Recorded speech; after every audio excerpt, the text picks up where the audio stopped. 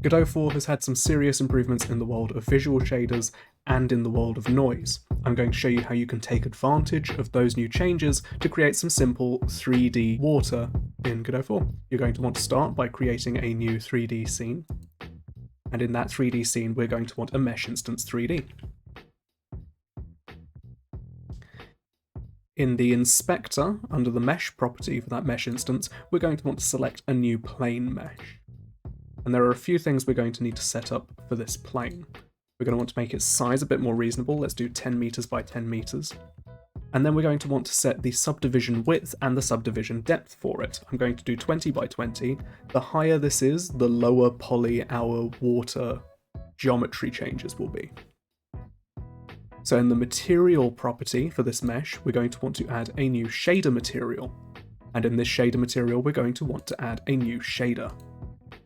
This will open the Create Shader dialog, and we're going to want to set the type to Visual Shader and give it a sensible name. I'm going to call it Water. Once I click Create, and then when I click on the water material we just created, the Shader Editor dialog will open at the bottom. I'm going to make everything a bit bigger so it's easier for you to see, so I'm going to click this No Distraction Mode button so our center panel takes up the full screen, and then I'm going to click the Expand button down here so that the shader editor takes up our full screen. And now we have a good view of the shader graph. The shader graph has this output node, and everything we plug into these sockets will be output on the material itself. So that's what we're going to use to control how our material actually looks. In the bar at the top, we have some useful other information. We can change the shader type we're acting on. If you click the drop down called fragment, you can see we get shader types for vertex shaders, fragment shaders, and light shaders. Vertex shaders let you control your geometry, fragment shaders control your rendering and coloring, and then light is for lighting. We're going to want to stay in fragment at the moment while we focus on the coloring of our water mesh itself. Another useful thing to know about in this top bar is this button on the far right. There's a picture of a script. Whenever you create a visual shader, what it does is behind the scenes it creates an actual text-based shader. If you click that button, you can see what the text-based shader, your visual shader, is representing creates. So that's quite useful if you want to see how things are actually working. So first things first, we're going to want to set the color of our water mesh, and we're going to do that by controlling the albedo on our output node. We're going to want to create a color that we can then plug into that albedo. And you create new nodes by either clicking the Add Node button in the top of the toolbar, or by right-clicking in empty space on the graph. If you right-click, we'll get this Create Shader Node dialog, and all of our options of nodes we can add to our scene are visible. For this case specifically, we're going to want to add a color parameter. Making it a color parameter means we can control that later on in our shader material itself. So if we hit enter, we will get a new color parameter node. In order to control this, we're going to need to check this default value enabled checkmark, and that lets us set a default value for our color parameter. If you click on the white square next to default value, you get a color picker, and you can pick the color you want your water to be by default. I'm quite happy with a deep blue 004488 as a hex value. So when you create a node like this, you get sockets, and you can click and drag on those sockets to connect them to other sockets. So we can drag our color output from this color parameter over to the albedo socket in our output, and now the albedo of our material is going to be set to that color. If I collapse this view, we can see that our mesh is already being set to blue in our game scene. Now we have our mesh set, I'm just going to take a little moment to go and cover explicitly how you can move around in the graph. So if you want to pan the camera around, as in move it left and right and up and down, you can click the middle mouse wheel in and drag the mouse around. Or you can use these scroll bars at the bottom and right hand side of the window. If you want to zoom in and out, you can scroll the mouse wheel in or out, or use the plus and minus buttons at the top of the graph. And lastly, if you want to move items around within the graph, you can left click on them and drag. And you can even grab multiple by left click and dragging, and then everything that's selected will move around when you left click and drag. So we want to add a noise texture to represent our water ripples moving around on the surface of our mesh. We're going to do that by adding a texture 2D node. If we right click on some empty space and we search for a texture 2D and hit enter, we will get a texture 2D node. I'm going to collapse the view a bit because the options we're about to get are going to be visible in the inspector on the right of our screen. So I'm going to close the bottom dialog, exit distraction free mode, and I'm going to expand that again so that I can still see the shader we're editing. So when we click the drop down on the texture 2D, we will be able to add a new noise texture 2D as the bottommost option. And when we do that, the noise texture is opened in the inspector on the right. There are a few things we need to set for this texture. We want to set it to be seamless. A seamless texture will tile, so we'll be able to move this texture around and it will still look natural at the edges because the edges will wrap. We also then need to set the actual noise resource that this noise texture will use. So under the noise property, we can click the drop down and add a new fast noise light. And if you click on that, it will expand and we can see the noise we're dealing with in the inspector. At the moment, this noise is a bit all over the place and we want it to be cellular. When you have cellular noise, it's very rounded and it looks a bit like Voronoi noise if you've seen that before. So under noise type, we're going to want to change it from simplex smooth to be cellular.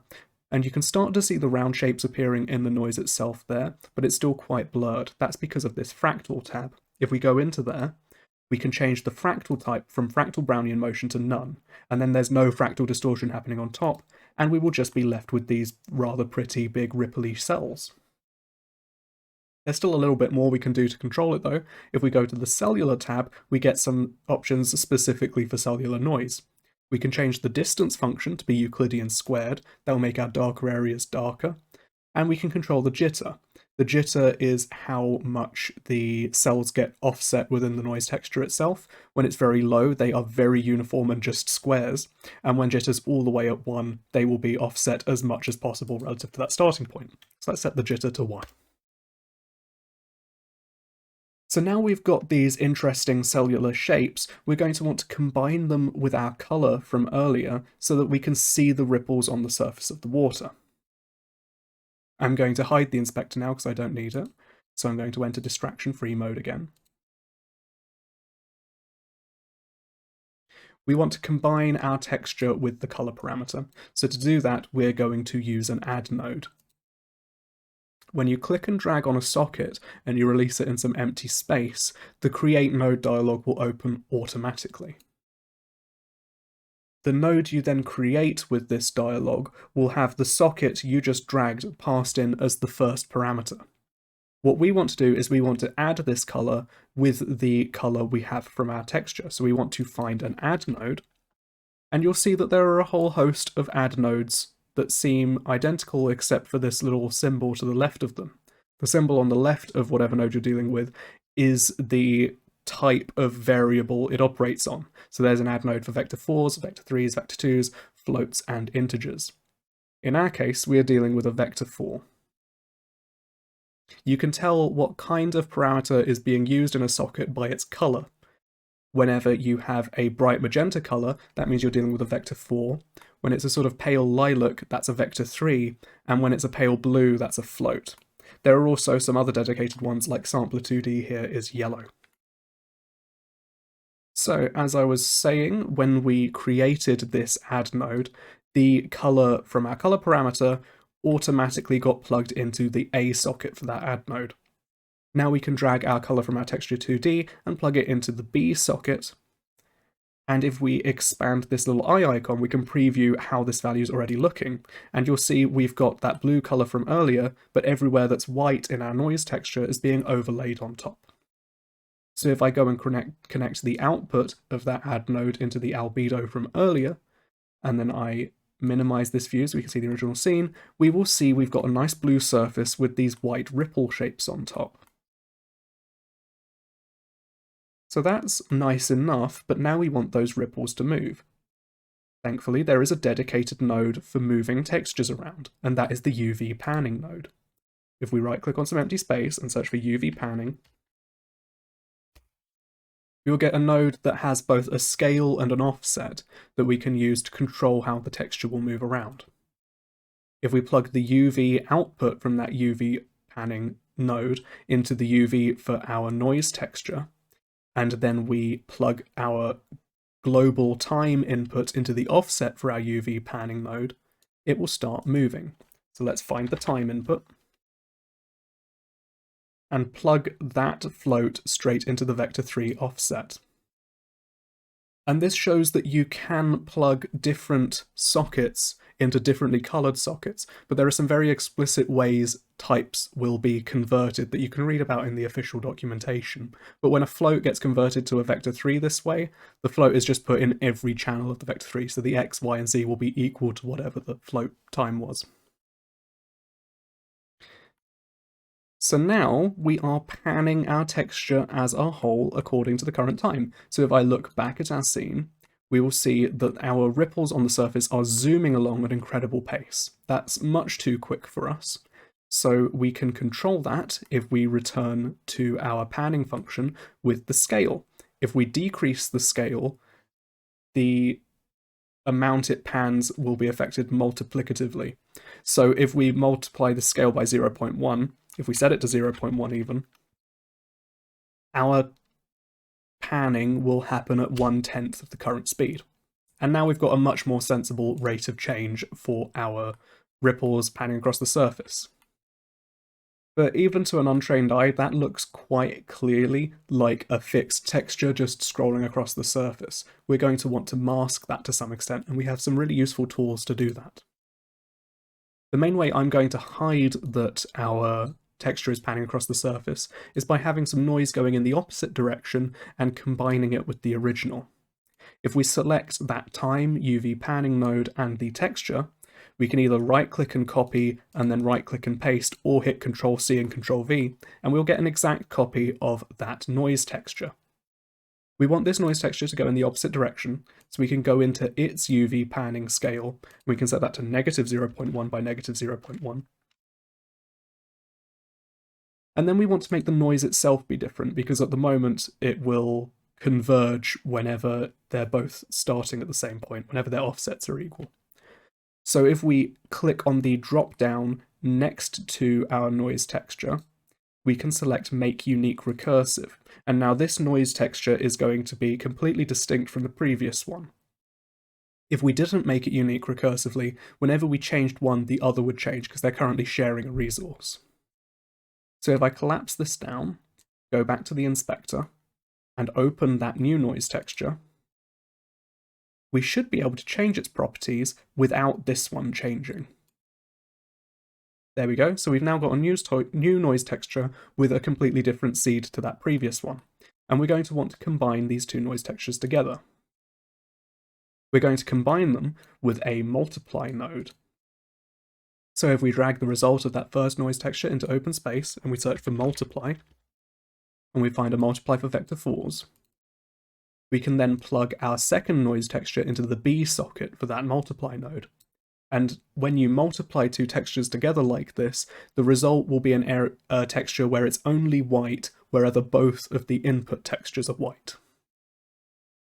That would be good enough, but there's one more thing I want to do to mask where these values overlay a bit more, and that's I'm going to take the output of that and plug it into a power node. Raising a value between 0 and 1 to a power will make it so that the areas that are darker get even darker. So the areas where the textures are just about overlapping will get hidden a bit more, which will do a lot to hide their just tiling nature. So I'm going to raise the result of this multiply function to the power of 1.25 in all of its axes. I put a 1 there and I shouldn't have. And if we drag the result of that and plug it into our old addition, we can see it in action. You'll see that's already doing an awful lot more than it was. So it's just two noise textures traveling in opposite directions and highlighting the areas where they both overlap the most and trying to avoid showing where they don't quite overlap. And we get a surface that's moving quite interestingly, and it can make quite a convincing water effect in a pinch. That's most of what we need to do for the fragment shader for this effect, but there's just a little bit more we can do to make it just a little bit better. So if we return to our material, I'm just going to neaten this up a bit. We can set some other defaults for these other output values. For a start, our alpha, we're going to want our surface to be slightly transparent. We can search for a constant and set our alpha to be something mostly opaque but a little transparent. So I'm going to go for 0.8, so it's 80% opaque. Next, I'm going to drag the roughness out, and I'm going to set that to a constant as well, but this time I'm going to leave it as 0. That just makes it interact with the light in a way I'm a bit happier with. The last thing I want to do here is I want to plug our power output from our noise straight into the emission socket for our output. That's going to make all the areas where the noise is just a bit brighter. So if we have a look at our water now, it's a bit transparent, the white areas are a bit brighter, and it all looks pretty good. In fact, one thing we can do to show off that transparency, if we go and we add a mesh to our scene, I have a K-kit tile I'm going to add. And I just drop it into the water's surface a little bit. You should be able to make out the bottom of this surface through the water. And that's looking pretty good, but it's looking very static. It's not moving at all. And we're going to do that with a vertex shader.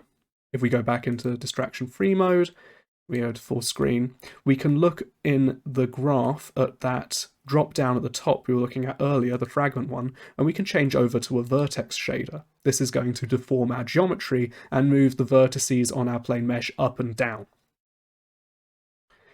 We're going to want to move them up and down proportionally to a noise texture again. In fact, we're going to want to use the same noise texture we used earlier.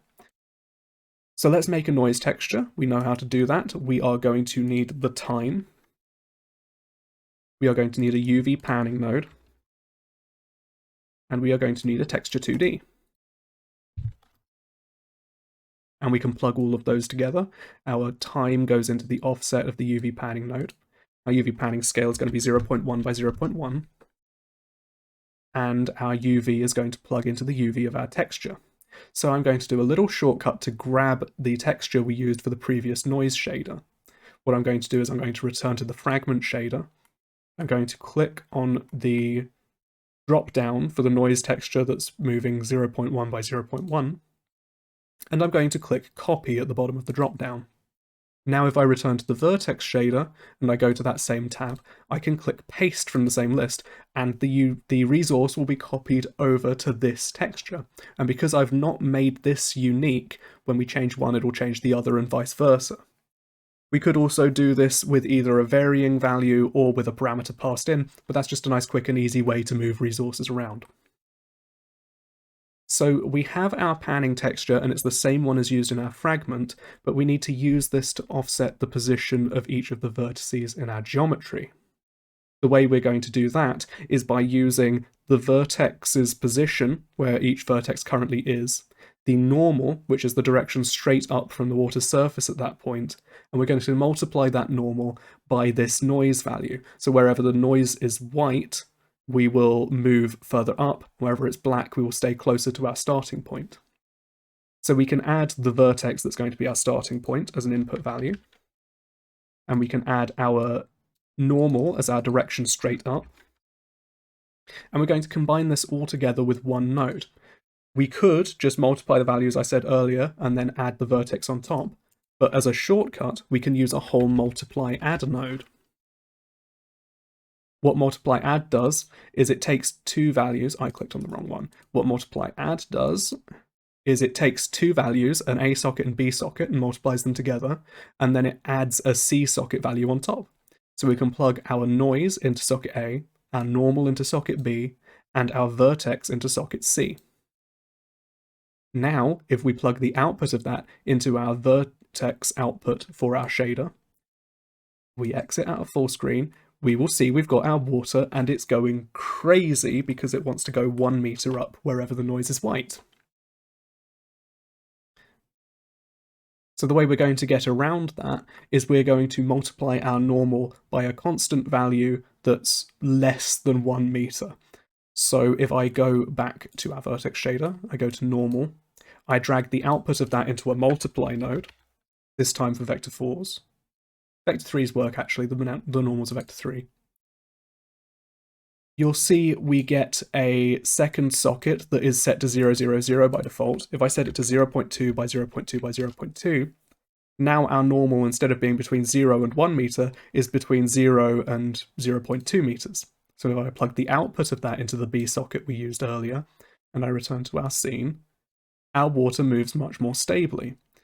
And because our noises are shared between the two shaders, whatever areas are whitest should be highest in the vertex shader.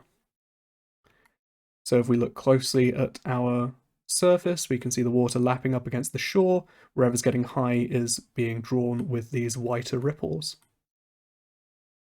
And for rather little work, we've ended up with a rather pretty 3D water shader.